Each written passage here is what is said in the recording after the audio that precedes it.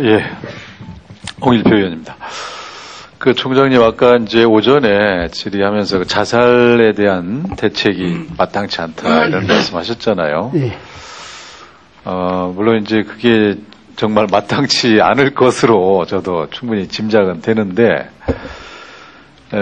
그래도 거기에 대한 특단의 대책을 전문가들하고 상의도 해보시고, 또 우리 구성원들의 지혜도 좀 모아보시고, 또 자살한 사람들에게 어떤 경향성이 있는지 이런 것도 한번 쭉 추적을 해보시고, 이렇게 해서 그거를 방지하거나 막기 위한 또는 줄이기 위한 그런 특단의 좀 노력이 보여줬으면 좋겠다 이런 생각입니다.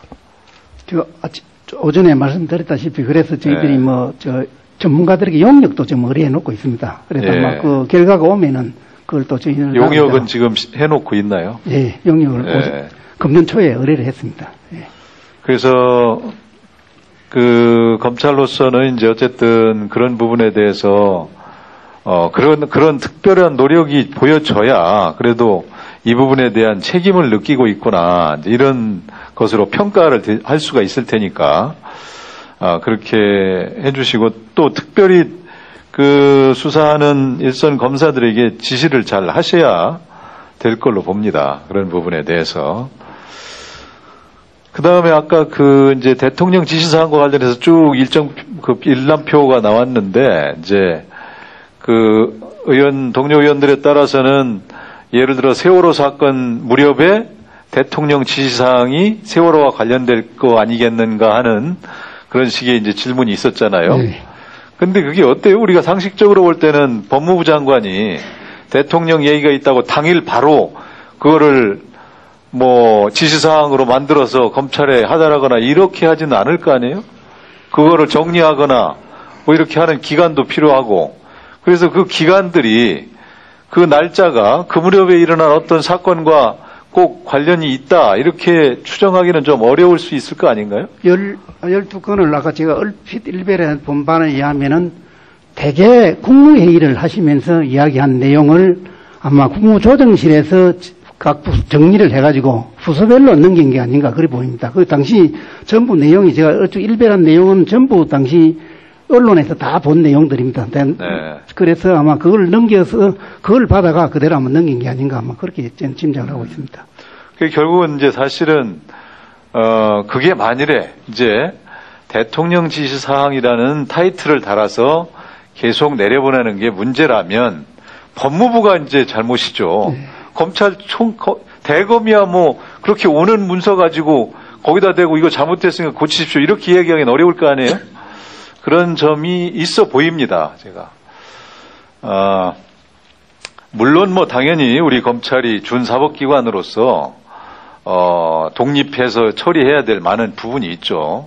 그런 부분들에 대해서도 또 분별 있게 해야 되고 또 청와대나 뭐 대통령 법무부 장관 지시라 해도 그것이 실제 상황에 비춰봐서 적절치 못하다 이런 것들은 또 업무 과정에서 적절한 선별을 해서 총장이나 대검 그 본부에서 잘 조절을 하고 있다고 보여지는데 어떻습니까? 구체적인 지시를 받은 바는 전혀 없습니다. 현재까지 전혀 없고 일반적인 지시는 뭐 언론에 남대로 장관을 통해서 여러 차례 뭐 받았습니다만 개별적 구체적인 지시는 지금 총장이 책임을 지고 하고 있습니다. 하고 있고 그런 지시를 제가 받은 바는 전혀 없습니다. 그 다음에 이제 몇 가지 개별적인 문제점을 아까 제가 명예훼손 사건 얘기하다가 좀 말았는데 그 역사 문제나 학술적인 이슈와 관련된 논쟁에서 이제 자기는 이게 아닌데 나를 식민사관으로 명예훼손했다 이런 취지거든요. 네. 그래서 그게 식민사관이냐 아니냐 이런 판단은 사실 사법기관이 판단하기보다는 이제 그 학자들의 논쟁이나 이런 과정에서 이렇게 드러나도록 하는 게 바람직할 것 같습니다. 그런 취지를 말씀드린 거고 실제로 이제 이 일본에서는 자기 나라의 그 역사를 극우 세력의 과거사를 미화하기 위해서 여러 재단들이 해외에다가 학자들한테 지원을 하고 있거든요. 일본 재단, 도쿄 재단, 사사카와 평화재단 이런 재단들이 이 해외 학자들에게 연구비를 지원했는데 그 프랑스의 비네 교수라는 대표적인 일본 학자가 그 실상이 실제로는 일본의 과거 극우 역사 세력의 역사를 이제 미화하는 왜곡이다. 이런 발표를 하니까 이 재단들이 이 교수를 명예훼손으로 고소를 한 겁니다. 그래서 이런 것들은 학문의 자유를 침해하는 것이다 해서 2010년에 파리에서 국경 없는 학자회라는 게 결성돼서 활동을 하고 있으니까 이런 것들을 보더라도 이 전략적 봉쇄 소송 이런 것들이 우리나라에서 이제 되풀이되지 않도록 하는 것이 좋겠다. 이런 차원에서 말씀을 드리니까 참고를 해주시고요. 그 다음에 그 통계를 보니까 장애인 성폭행과 관련해서 이 발생 건수는 계속 늘어나고 있는데 이제 기소율이 낮아지고 있다 이렇게 통계가 나와 있어요.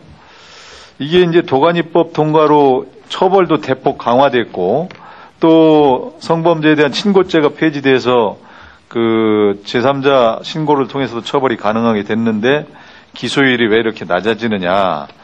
이와 관련해서 물론 다 사정이 있겠죠. 사정이 있겠는데 다만 이제 제가 말씀드리고 싶은 것은 이 장애인에 대해서는 진술 조력인 제도가 있으니까 이걸 좀 검찰이 적극적으로 활용할 수 있도록 예산 지원도 하고 검사들한테 알리기도 하고 권유를 좀 해달라.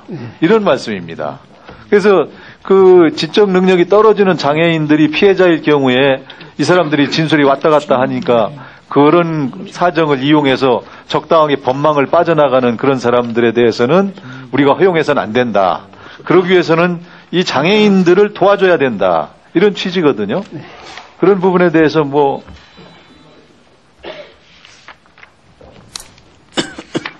지금 저 말씀 취지에 뭐 저희들도 전적으로 동감을 하고 있습니다. 하고 있고 아마 얼마 전에 이 구체적으로 장애인에 관련해서 조사의 편의를 위해서 아마 실무 교범을 제가 만든 것을 알고 있습니다. 그래서 아마 앞으로는 좀 나아지지 않을까 이런 생각이 듭니다.